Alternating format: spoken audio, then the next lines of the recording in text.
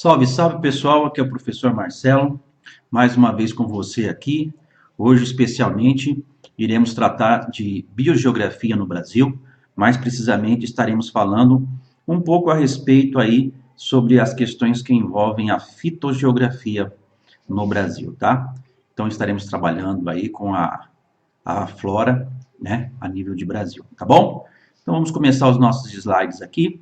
Primeira coisa que nós temos que estar atentos com relação à vegetação brasileira, ela apresenta aí algumas características bem interessantes, tá? Que vão de formações florestais, campestres, complexas e também litorâneas, tá? Importante também destacar que essa vegetação no Brasil está bastante modificada, né? Então, nós trabalhamos aí com a classificação da professora Dora Aramante Romariz, onde ela vai fazer essa classificação segundo o porte, tá? Se vegetação arbórea, vegetação arbustiva ou vegetação de gramínea, tá bom? Vamos dar uma observada no mapinha, para nós já vemos esse tipo de classificação, tá? Então, formações florestais arbóreas, temos a floresta amazônica, temos a mata de transição, mata amazônica, mata de transição, a mata atlântica e a mata dos cocais, tá? São essas quatro vegetações aqui. Aí as formações complexas, nós vamos ter o cerrado, a caatinga e o pantanal, tá? Seriam vegetações que vão apresentar na sua essência árvores de médio porte, misturadas com vegetações arbustivas e também vegetações herbáceas, tá? Que seria gramíneas também. Então, nós temos os campos, que vamos encontrar aqui no sul do Brasil, e temos a vegetação litorânea, que é essa que se estabelece em todo o litoral brasileiro, até essa faixa norte aqui, tá? Então, a vegetação formada por espécies halófilas, onde nós vamos ter os mangues e as dunas. Vamos ver aí as características de cada uma delas, não se esquecendo que se você já entendeu o clima do Brasil, você mata a charada aqui tranquilamente. Há de se ressaltar também que essa é a vegetação original no Brasil. Ela praticamente não existe mais, tá? O que você tem hoje de vegetação atual é aquela vegetação bastante modificada, né? Então, perceba você que praticamente o que está em roxo no seu mapa é área antropizada, ou seja, já modificada pelo homem, né? Então, grande parte da Mata Atlântica, a vegetação litorânea, Mata das Araucárias, a campanha gaúcha, os Pampas, a região do Cerrado, né, a própria Caatinga, regiões aí do Pantanal, nós temos aí a vegetação bastante modificada. E aí a floresta tropical pluvial, né? Aí campos amazônicos, que seriam essas regiões aqui de Campinarama. Aí o Cerrado, algumas áreas ainda existentes. A Caatinga, né? A floresta de Araucária, algumas regiões aqui, sul do Paraná. Cerrado do Pantanal, né? Os campos inundáveis do Pantanal, ainda intacta. Campos limpos no sul do Brasil e mangues, restinga na região litorânea, né? Temos ainda a presença dessa formação em algumas áreas aqui, ó, tá? Então, só para deixar bem claro para você que a vegetação original praticamente não existe mais no Brasil, tá? Então, só para nós colocarmos isso aí, vamos ao que interessa, pensarmos então nas formações arbóreas no Brasil, tá? Vamos pensar bonitinho que nós temos quatro matas, né? É a mata amazônica, a mata dos cocais, mata das araucárias e mata atlântica, tá? Então é importante a gente destacar aí a mata amazônica, que nós vamos ver no mapinha daqui a pouco aí, né? Uma vegetação bem interessante, latifoliada, hidrófila, perene, ocupa 40% do território nacional, né? Vai apresentar um clima bastante úmido, que é o equatorial, e lá em especial você tem ali três estratos, que eu vou mostrar no esqueminha para você, que seria a região de Igapó, região de Várzea, né?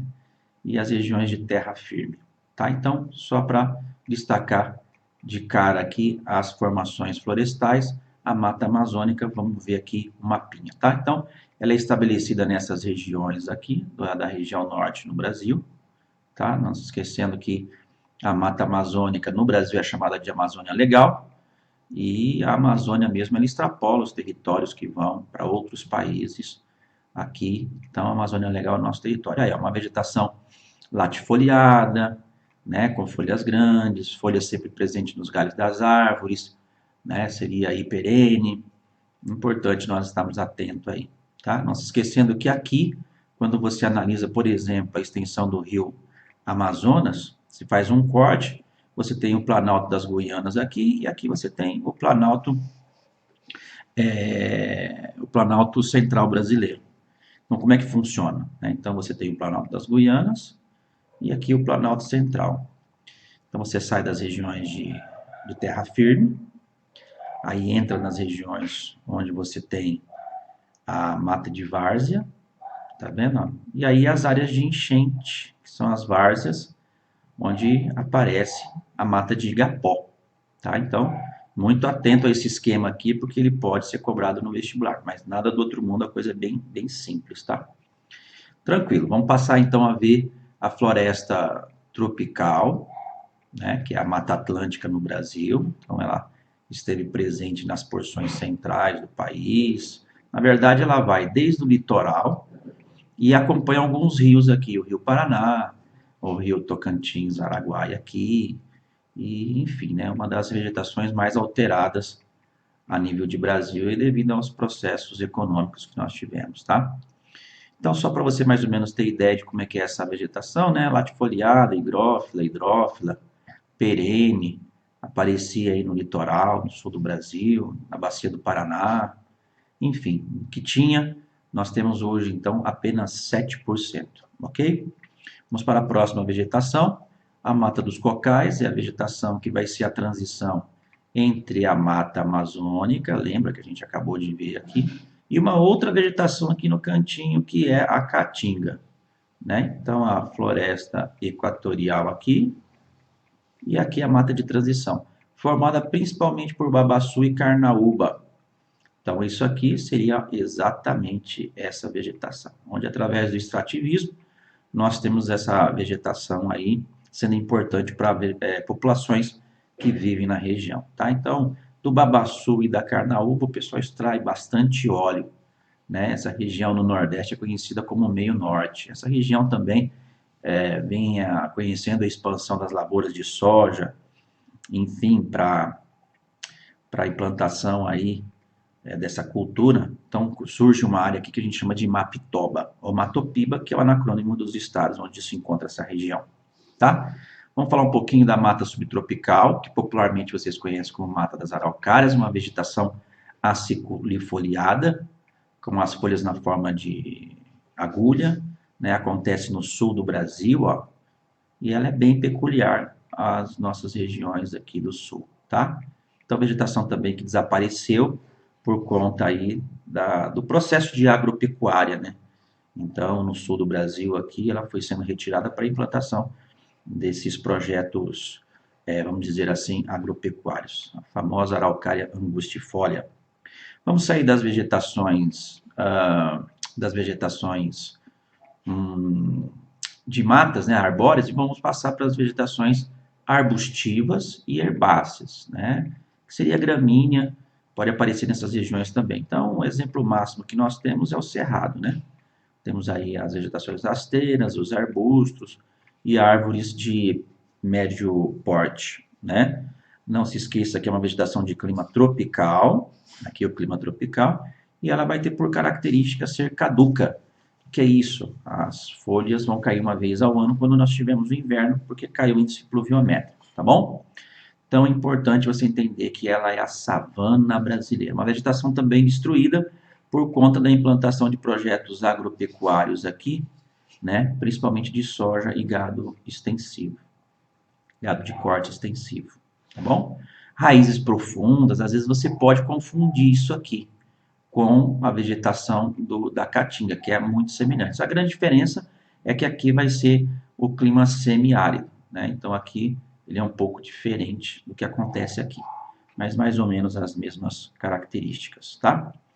Vamos dar uma olhada na caatinga, então, essa vegetação cujo clima é o semiárido, né? Então, a vegetação adaptada à ausência de umidade, a umidade chega no máximo aí entre 500 a 750 milímetros, né? Essa falta de precipitação nas regiões faz com que nós tenhamos baixos rendimentos na agricultura, né, associado aí às pessoas de menor posse. Existem fazendas aqui ao longo do Rio São Francisco que tem uma produção agrícola interessante, mas é irrigada, demanda tecnologia e dinheiro, mas enfim, tá? Uma vegetação xerófila, formada principalmente por cactáceas, tá? Ocupa 11% do território nacional. Também foi bastante devastada, enfim, tá? Vamos falar do Pantanal, é o mais complexo de todos. O Pantanal você encontra de tudo um pouco, desde vegetação de mata amazônica, de cerrado, de pinheiros, enfim, gramíneas, pode aparecer de tudo um pouco aqui, tá? É a região aqui onde você tem o Mato Grosso do Sul, uma planície, né? Com altitudes acima de 100 metros a nível do mar, né? Então, a primeira é uma região mais baixa, aí a segunda área aqui é a área mais inundável, né? Com vegetação rasteira, e a terceira nas partes altas do relevo, com a presença de cerrado e vegetações tropicais, né? Não se esquecendo que essa vegetação vem passando por um processo de devastação intensa por conta da implantação de projetos agropecuários. Muito assoreamento, temos nessa região aí problemas seríssimos que envolvem compactação do solo, então temos, né, problemas aí antrópicos nessa região aí, tá? Formações herbáceas, então, seriam as gramíneas, que vão aparecer nessas regiões do Nordeste e Norte do Brasil, pode aparecer também na região do Pantanal, esses campos limpos na região Sudeste, mas predominantemente sempre vamos falar da campanha gaúcha aqui, tá? Vegetação também que passou por um processo intenso de ocupação, se não para pecuária, né? A própria produção agrícola, tá? Então, pode se encontrar em várias regiões, campanha gaúcha, enfim, tá? Pecuária, atividade mais comum na região, certo? Dando sequência, então, vamos falar um pouquinho das vegetações litorâneas, na planície litorânea, ou pode ser a duna, tá? Ou pode ser o mangue. Vegetações halófilas, ó, com raízes aéreas adaptadas à água salgada. Acontece em toda a extensão do litoral brasileiro, tá? Então, os mangues, ele vai de Santa Catarina até o Amapá, possui variedades halófilas e higrófilas, né? Bastante umidade, enfim, verdadeiro santuário. Vem desaparecendo esse tipo de vegetação por conta da urbanização e industrialização. E também a implantação de grandes complexos turísticos aí está fazendo isso desaparecer. Dunas e praias são comuns nessa grande extensão do nosso litoral, né? Nas praias aparece então essa vegetação adaptada à areia, né? Então a presença de salsa de praia e capim de areia. Tudo bem? Então, ó, tranquilo, aqui o que você tem que entender? Que nós temos a vegetação no Brasil classificada segundo os estratos. Arbóreo vai ser mata amazônica dos cocais, mata atlântica e matas araucárias, arbustiva, herbácea, pantanal, cerrado e caatinga, e aí a vegetação de gramínea, que são as formações de gramíneas no sul, e vegetação litorânea, tá? Então é importante estar atento com relação a esse assunto. Quero agradecer aí mais uma vez a participação de vocês, espero que você tenha aprendido, né? Sucesso, brigadão e até a próxima.